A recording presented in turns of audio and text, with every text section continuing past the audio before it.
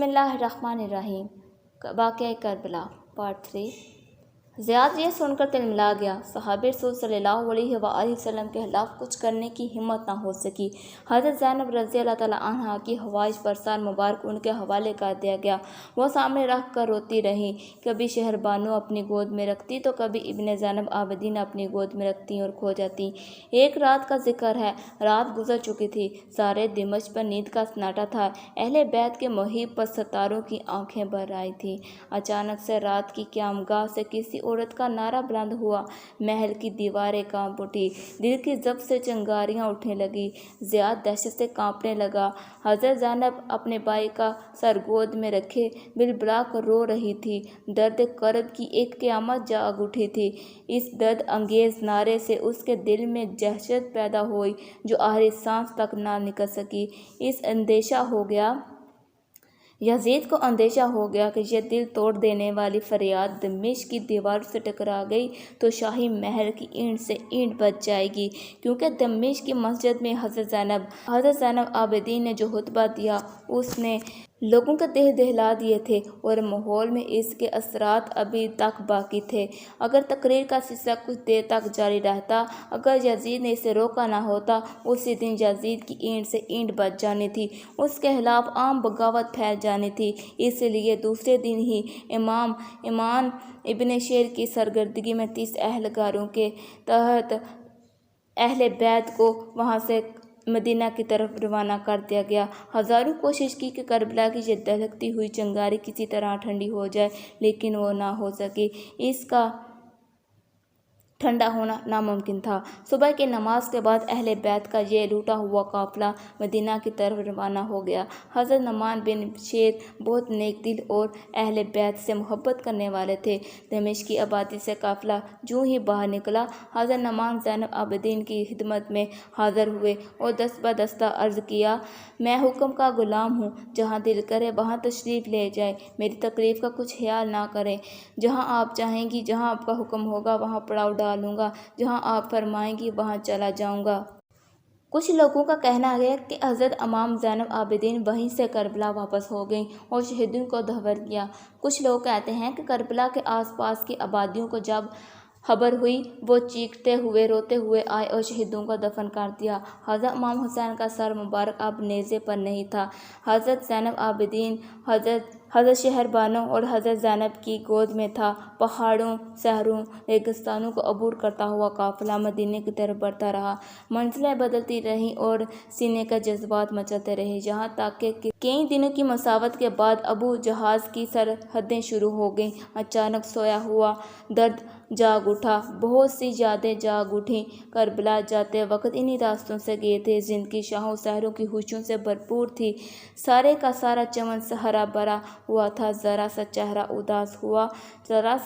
اداس ہوا، چاروں گروہوں کا ہجوم لگ گیا، پلکوں پہ ننھا سا قطرہ چمکا اور پیار کے ساگر میں طوفان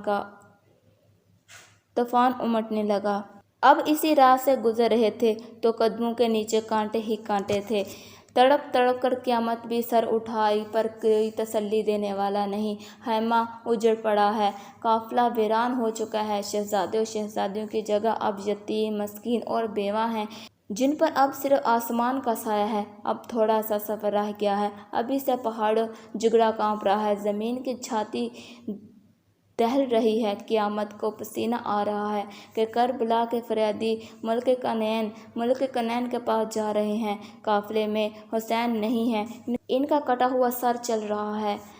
اس قافلے والوں کی آج آخری رات تھی جو نہایت بے قراری سے کٹی۔ صبح سویرے ہی کوچ کے لیے تیار ہو گئے۔ نعمان ابن بشیر آگے چل رہے تھے، اس کے پیچھے اہل بیت کی سواریاں تھیں اور اس کے پیچھے 30 سپاہیوں کا قافلہ تھا۔ دوپہر کے بعد مدینہ کی سرحد شروع ہو گئی۔ جیسے جیسے مدینہ قریب آتا گیا، جذبات کا سمندر بہنے لگا۔ کچھ دیر بعد پہاڑیاں نظر آنے لگیں، کھجوروں کے پودے اور سرسبزی کا سلسلہ شروع ہو گیا۔ حضرت زینب شہربان اور حضرت زینب عابدین کے جذبات پر قابو نہ پا سکیں۔ اہل بیت کی دردناک نعروں سے زمین کانپ اٹھی۔ ایک سوار نے بجلی کی طرح سارے مدینے میں خبر پھیلا دی، کربلا سے نبی دادیوں کا لوٹا ہوا قافلہ آ رہا ہے۔ یہ خبر سن کر ہر طرف کہرام چھا گیا۔ قیامت سے پہلے قیامت آ گئی۔ جب دونوں کا آمنا سامنا ہوا، آنکھیں دو چار ہو گئیں تو کہرام چھا گیا۔ حضرت امام حسین کا کٹا ہوا سر دیکھ کر لوگ بے قابو ہو گئے، درد کے مارے رونے لگے، ہر گھر میں ماتم چھا گیا۔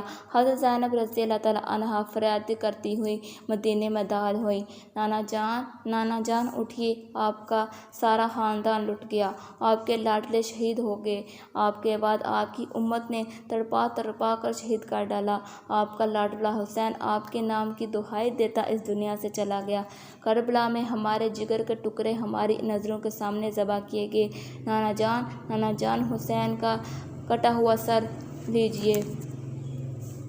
آپ کے انتظار میں ان کی آنکھیں اب تک کھلی ہوئی ہیں، ذرا مرکز سے نکل کر اپنی بیٹیوں کا حال دیکھیے۔ حضرت زینب پکار اٹھیں۔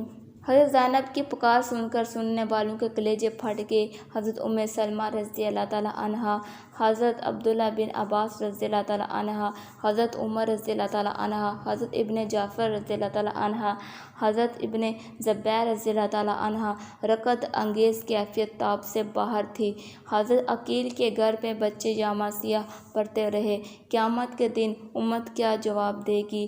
جس کا رسول صلی اللہ علیہ وآلہ وسلم پوچھے گا، میرے بعد میری اولاد کے ساتھ یہ سلوک کیا، جن کے جسم تلوار نیزوں سے زخمی ہیں، جن کی لاشیں بے آب و آباد وادیوں میں پڑی ہیں، ان میں سے بعض کہتی ہیں۔ حضرت سغرا زمین پر گر پڑی اور بار بار پھپھی اور والدہ سے پیٹ کر پوچھنے لگی، میرے بابا جان کہاں ہیں؟ ننھے علی اصغر کو کہاں چھوڑ آئے ہو؟ بابا جان وعدہ کر کے گئے تھے کہ جلدی آئیں گے، انہیں منا کر لے آئیں، وہ ناراض ہو گئے ہیں کیا؟ جب ابن امام کا کٹا ہوا سر لے کر روضہ رسول پر گئے تو ہوائیں رک گئیں۔ ہر چیز تھم گئی، پوری کائنات میں ہلچل تھی۔ اہل حرم میں کسی کو معلوم نہیں کہ حجرہ عائشہ میں کیا ہوا، کربلا والے اپنے نانا جان کی قربت سے کیسے واپس لوٹے۔ تاریخ صرف یہ بتاتی ہے کہ بی بی زینب نے رو رو کر داستان سنائی۔ شہر بانو نے کہا، یہ بیوہ اپنا سب کچھ لوٹا کر آئی ہے۔ حضرت زینب عابدین نے کہا، ایک یتیم کا داغ لے کر آئے ہیں، جن کی آخری نشانی ایک بیمار نیم تن بے ہوش۔ شفقت فرمائیے۔ حضرت امام حسین کا سر حضرت بی بی فاطمہ کے پہلو میں خاک کر دیا گیا۔ دریا کا بچھڑا ہوا قطرہ پھر سے دریا میں مل گیا۔